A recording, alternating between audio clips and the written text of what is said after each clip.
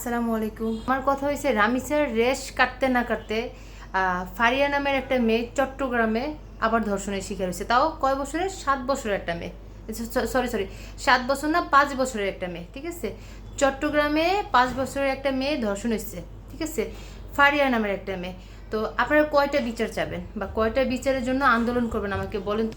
আপনারা যে স্ক্রিনে দেখতেছেন মেয়েটাকে, এটা হয়েছে ফারিয়ার লাস্টার। হ্যাঁ, চট্টগ্রামে যে ঘটনা ঘটছে, মেয়েটাকে ধর্ষণ করে বুকটাকে ফালায় রাখা হয়েছে। ঠিক আছে, ইভেন আবার চিটংয়েও একটা মেয়েকে ধর্ষণ করা হয়েছে, সেই মেয়েটা হচ্ছে 4 বছরের। আচ্ছা, এই যে বাচ্চা বাচ্চা মেয়েদেরকে যে ধর্ষণ করা হইতেছে, আপনারা কি কোনো স্টেপ নিতে পারেন না?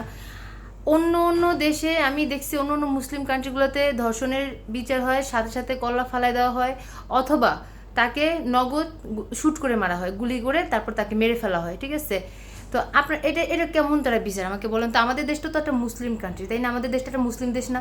তাহলে আমাদের মুসলমান দেশে কেন কোনো আইন মানা হইতেছে না? আপনারা সব কিছু বাদ দেন। হ্যাঁ, আপনাদের এই ব্রিটিশের আমলের বিচার বাদ দিয়ে আপনারা মুসলিম দেশে যে নিয়মটা আমাদের কোরআনে যেভাবে, হাদিসে যেভাবে আছে, যে ধর্ষকের শাস্তি যেভাবে হওয়া উচিত, ঠিক সেইভাবে কার্যকারী করেন। দেখবেন সমস্ত বাচ্চাদেরকে ধর্ষণ করা বলেন, বড়দের ধর্ষণ করা, সব অটোমেটিক বন্ধ হয়ে যাবে।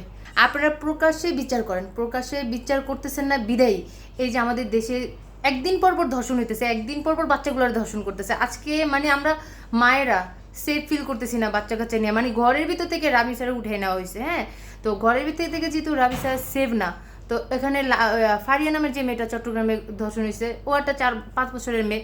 আবার চিটং একটা মেয়ে ধর্ষণ হয়েছে, সেটাও 4 বছরের মেয়ে। এমন হাজার হাজার রামিসা আছে, হাজার হাজার ফারিয়া আছে। ঠিক আছে, কেউ ক্যামেরার সামনে আসতেছে, কারো ঘটনা কারো সেটা আসতেছে না, কেউ ভয়ে লজ্জায় বলে না। কিন্তু ভাই, সঠিকভাবে বিচার করেন, তাহলে দেখবেন সব বন্ধ হয়ে গেছে। ফারিয়ার যে ধর্ষণকারীকে ধরা হয়েছে, সে বলতেছে যে আমাকে শয়তানে লাড়া দিছে, তাই আমি এমন করছি। হ্যাঁ, আর ওর কাছ থেকে স্বীকারোক্তি কি নেন? ওরে মাইরা ফালান। ওখানে আপনার কি সাংবাদিক ভাইরা স্বীকারোক্তি নেন ওর কাছ থেকে? ওরা ওই জায়গায় পিঠে মারতেছেন না কেন? ওর কিসের শয়তানে লাগছে? শয়তানটা আবার কোথেকে আইছে? শয়তানটা কোন দিক দিয়ে আইছে আমার বলেন তো? শয়তান আছে ঠিক আছে, কিসের শয়তান? ওর মানসিকতা সমস্যা। ওরে ওই জায়গায় পিটা লাশ বানান। ওরেও যেভাবে ওই ফারিয়া নামের মেয়েটাকে ধর্ষণ করছে, ঠিক সেমভাবে ওকে ওইভাবে শাস্তি দেওয়া হোক।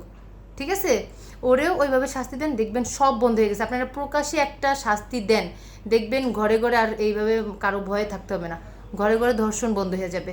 এভাবে বাচ্চাদের লাশ আর দেখতে পারতেছি না, বাচ্চাদের কষ্ট আর নিতে পারতেছি না। ভাই, আপনাদের কাছে রিকোয়েস্ট, একটা বিচার করেন, একটা সবাই সামনে বিচার করেন, দেখবেন সব দর্শক বন্ধ হয়ে গেছে।